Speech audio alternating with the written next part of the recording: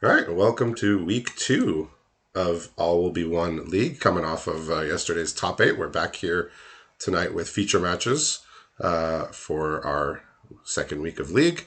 Justin's back with me this week. We got Jeremy against John P.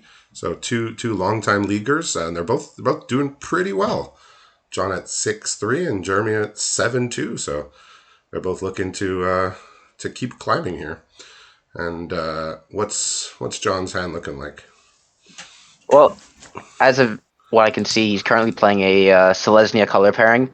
He has a nice curve here, kind of just going incubation stack into Malira, and then on turn 3 he could play the Silex holding up Tyvar stand, and then just turn 4 onward, incubation stack up.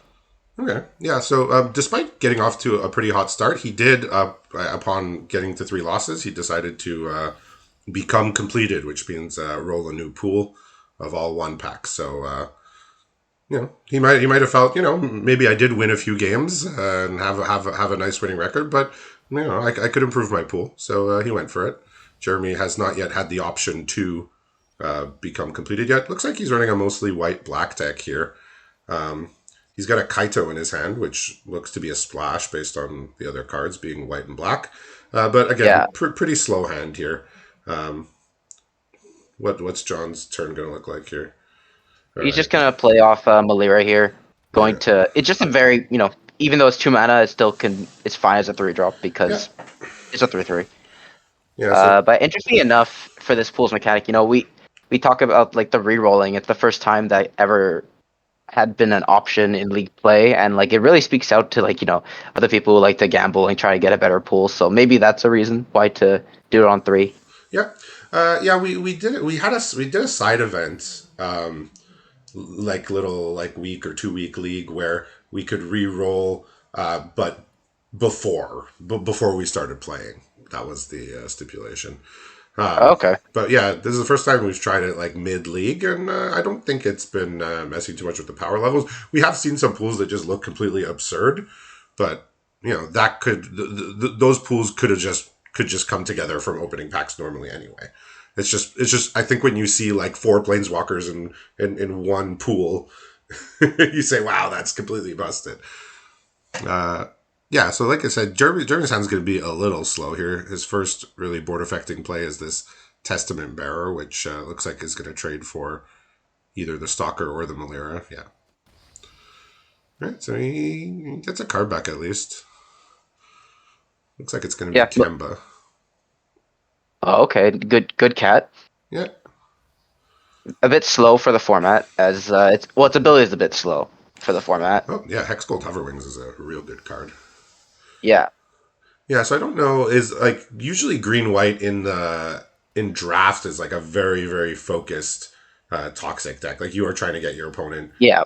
poison counters, but in league, at least this early in the league, I don't think you could really have enough of a focused toxic deck unless you have a very, very specific pool.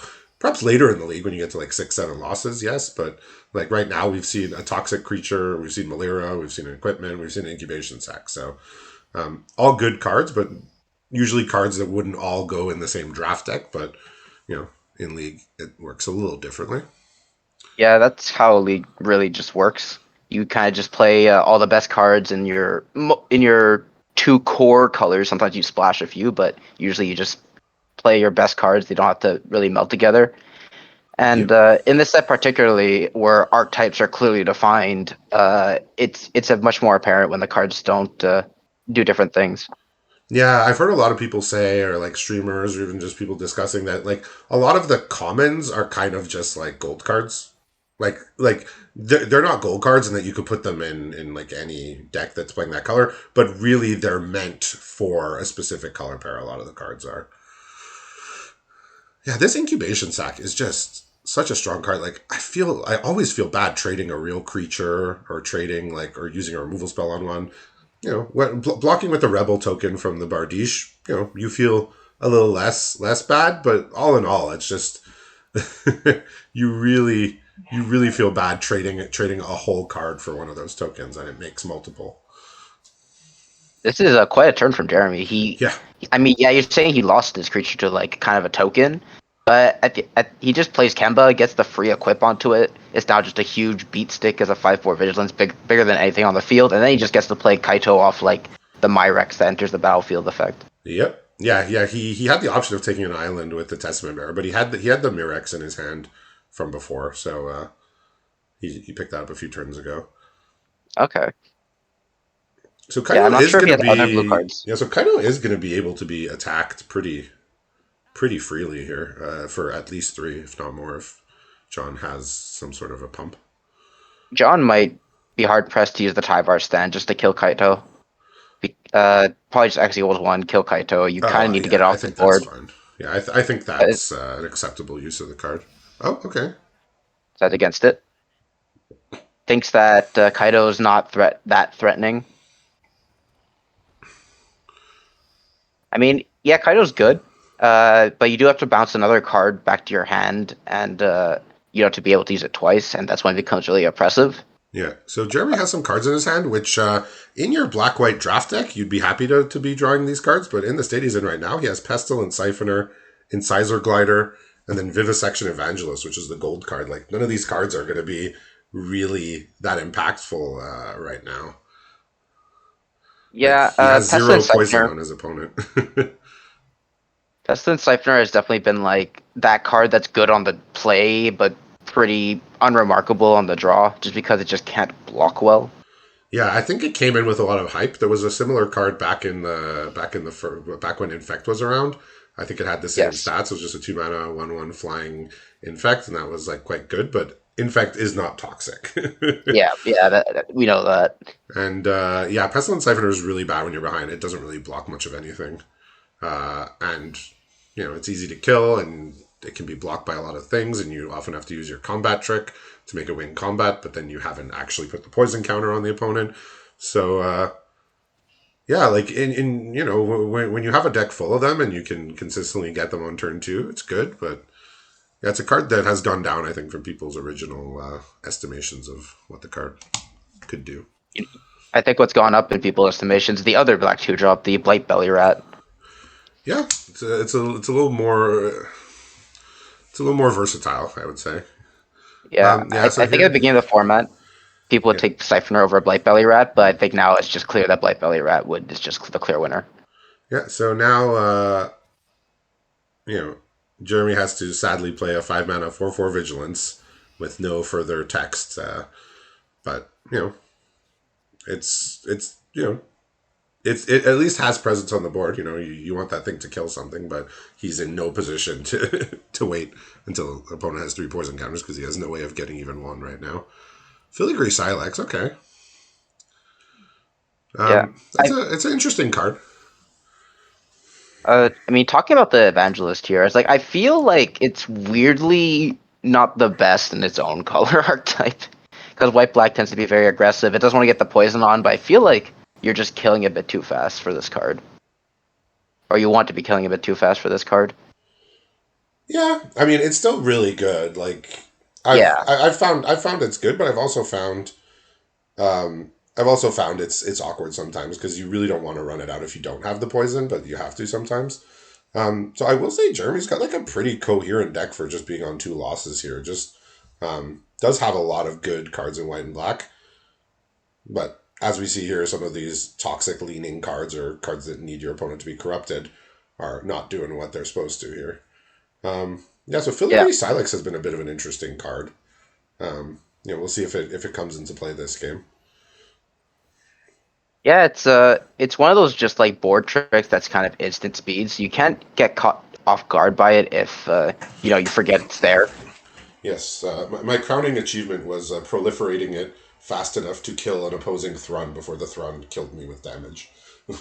Oh, nice. Yeah, it's yeah. Thrun, one of those creatures in the set, just basically will virtually stay in play forever unless Yeah, answered in very specific ways. yeah. I had a blue-black proliferate deck, so Thrun was that was my only hope really, and Okay, yeah. I was able to proliferate it to kill the Thrun the turn before it was gonna lethal me, and then found a way to win from there.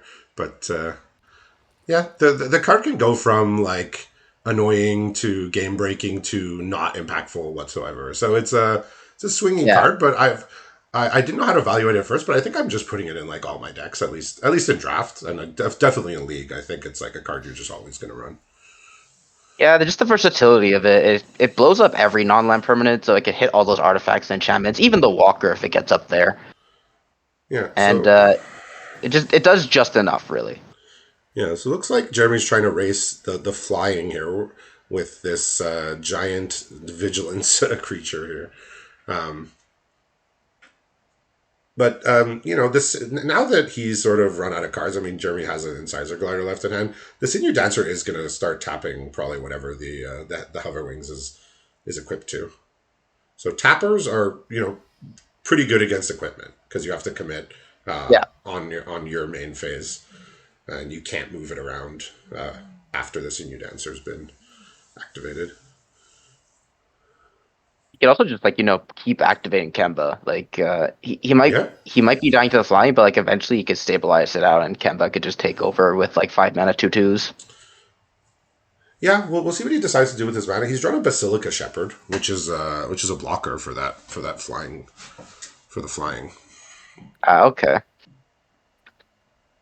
But the 7/6 kind of awkward. John would either have to like double block it or just take 7 to the face, or he could, I guess, he could chump block, but doesn't feel good to do it at this time. Yeah, he could chump block with the spider if he wanted to, but that means the siphoner could start attacking. We'll see what he decides to do. I'm certain taking 7 is not what he wants to do, but he could afford to probably take the hit once more here. Yeah, it might be the best option. I wonder if he's supposed to Silex on 1 here. So it'll Like, kill I guess if he, this. It'll just kill the Sinew Dancer, and it'll kill his own incubation sac, but that doesn't. It's been used. yeah, Huh. What's his card left in hand? There. it's Tyvar's stand. Oh right, yes. Okay. That's interesting at least. Or Um, maybe he could put it up to 2, and then if Jeremy does taps out for like not being able to tap, he could potentially just kill with this golem in the air. yeah, we'll see what he decides to. So he did take it here. He said, next turn I'll obviously have to block it if it's coming at me again. But okay, so he's just going to cast the Basilica Shepherd. So he will not be using his Sinew Dancer, Mm-hmm. and he's intending on blocking the golems here, or the golem with flying. Yeah, so interesting to see what he does with the Filigree Silex if he decides to use it at some point. Yeah, it's kind of awkward on certain board states. Like here, there's no like definite best use of it here. Yeah, it's I mean, there's just too many different mana costs in play, and using it on 2 here would also hit 2 of his own creatures. Yeah, Or I guess 1 because Malira could save the copper long legs, I suppose. yeah. I don't think that's where he wants to be right now. But I know where this golem wants to be, and it's in the air attacking, and it's there. Yeah, I think it's his only option. He has to try and like kill through the air, and if Jeremy doesn't So block, he is dead to the Tyvar no, stand. he actually decided not to block here. So it looks like with 2 black mana open, Anoint with Affliction would be the only card I think that would wreck this. And Yeah, looks like John's gonna do it. Yeah, yeah, he's going for the it. Tyvar stand. This fireball here just coming and killing people. Um, we used to not see this effect very much, but in the last few years we've seen it like a couple of times now already. There was in Capenna. There was Yep. that I forgot what it was called, but it was the green one, and there was the Lunar Frenzy Red. in Midnight Hunt. So, just yeah, we've been seeing this effect. Like we used to I before that I can't really remember that effect in the last few years before that. So interesting effect that they're now giving us a bit more often. Yeah, probably just like raising the kind of bar of pump spells as they have in this format, particularly with Yeah. pump spells that draw cards. Yes. This format they really just they made it really undesirable to block. Like when your creature gets killed and your opponent plays a blazing crescendo or complete devotion and you know it and their creature lives and yours dies, you feel like you're so far behind, and it's like could be turn 2 or turn 3 or turn 4 Yeah, that this is happening, and you already feel like you're you're in the hole. So Jeremy's looking at Vanish into Eternity. I don't know. I mean, I guess he saw the incubation sack, but I mean that card was very very helpful in winning the game. But I think it was really yes, the Hex Gold the hover hover wings wings. that really took it. And that card has been winning a lot of games uh, on when I've seen it in play, my side or my opponents. Flying still as good as a keyword as it always is, and equipment that gives is typically what brings people a victory in locked board states. Yeah, Not typically in this situation because Jerry did his own flyers, but yeah, and it usually does a lot of work. it even has the added text of giving your other equipped creatures pump as well somehow, like on top of everything. We're actually giving even more bonuses on top of what it already does. Yeah, So this is mostly just part of trying to push the equipment archetype in this format. And I think it was well made, honestly, yeah, for Mirrodin, well made. yeah. I think I mentioned it last week. Like we've seen this red white equipment deck be a supposed archetype in quite a few sets in the past like 5 years or so, and it's always just Yeah, fallen flat. Um, Even in Zendikar Rising, they tried to do that. Like all of the equipments got a free equip when they first came in, and even that was just not working. But I think they found that the answer: make every equipment a 2-for-1, and the deck is good. well, they make it not. It's like a 1.5 really, because like the Yeah, equipment are very subpar on their own, but and the creatures they make in body size are not usually that great. You know, like 3 mana 2/3, 2 mana 3/1. there's basically Uh, no you, downside to casting the equipments because you get a creature and you get an yeah, equipment. So yeah, it's like they basically made it possible to build this deck because before it was always the red white equipment was always like you had to find the right combination of creatures, you had to find the right number of equipment, and then also like the things that cared about equipment also. And you needed to yep. find the right curve and the right combination. It was just always too clunky because the equipments were not cheap to move around. But now they come with a body, so you can just attack with the equipment, with the equipment right away. You don't have to spend extra mana equipping. So Yeah. they figured it out. Also, the problem of like making equipment cheap to equip, it just makes it better for everyone else to take those equipment. So it's not really just for you. Yeah. So while we were discussing that, John's off to a quite a scary little start here with his 1 and 2 drop. Skrelv the Defector Mite, and then into a toxic creature. Yeah, What else is he holding there? he's got a pretty toxic hand. Won't be able to deploy it immediately because his toxic creatures are Indoctrination Attendant and two Okay. Basilica Shepherd. All So right. he does need to get to turn 4 and 5. His other cards is like Titanic Growth. So he needs to find lands and he needs to Okay. find low costed spells. Okay. And So he has one land though, is what you're saying? yes, he only has Okay. one land, so he Yeah. So he's can't just deploy gonna anything get else. rid of this charge of the mites here before this stalker can start dealing 3 damage and 3 toxic or 3 poison. Yeah, so the rest of Jeremy's hand, unfortunately, he has 3 lands, so he might have the reverse problem of John here, which is he has all the mana in the world and nothing to do with it. He does have an Anoint with Affliction as his only spell, but he's going to need to pick up some more action here. All right, so lands are coming here. At least the Myrex gives him something to do with all this mana that he is stranded at the moment. Yeah. All right, so he's gonna Anoint with Affliction here. He just says, look, he's using his turn. I don't want to. I obviously don't want to take 5, but it's basically you made your opponent spend their whole turn doing that. Yeah, very fine use. I like it. Made him use one of the oil counters on the Predation Steward as well, Yeah, so so it's he's not too attacking bad. with his Incisor Glider, which meant like he's acknowledging that he's okay taking 2 from the Steward, but he does not want to take Toxic. He does not want to take Poison, especially 2. So that's why he was holding back to block the 3-1. All right, so yeah, Basilica Shepherd, and there's another one coming down next turn, right? Yes. All right, so this is going to get out of hand because Jeremy now has drawn another land, which is a Dross Pits. So yeah, we get the classic flooding problem here. We saw it.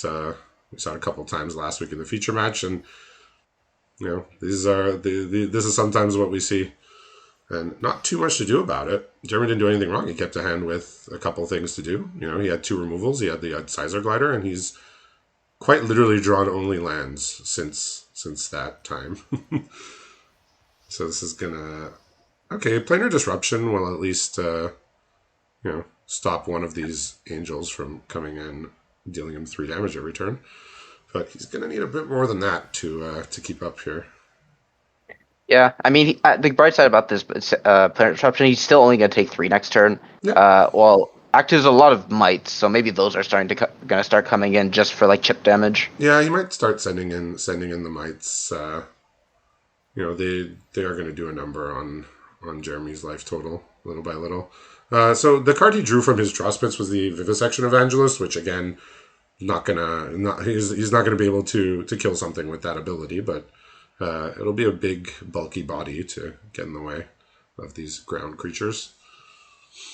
Yeah, so John has drawn a chart to the mites. If he kills the Incisor Glider, you're going to get in for 13 with the Titanic growth, which is not going to be enough, but Yeah. will basically kind of make this game unreversible, with the exception to a board wipe. Okay, so instead of using the Titanic growth as like what we say like a burn spell, he's Yeah, just using it to get this Incisor Glider off the board, and he can buy back his Basilica Shepherd here and just. But the thing is that with only one creature to play and creatures that can't block, unfortunately, John's going to win this one. We see the flood taking over there, so yeah. unfortunate end to that game for Jeremy. Congratulations to John P. Take a listen to his podcast coming out later this week with Justin as his guest. So we'll all be looking forward to that one, and we'll see you for the second match in a little while.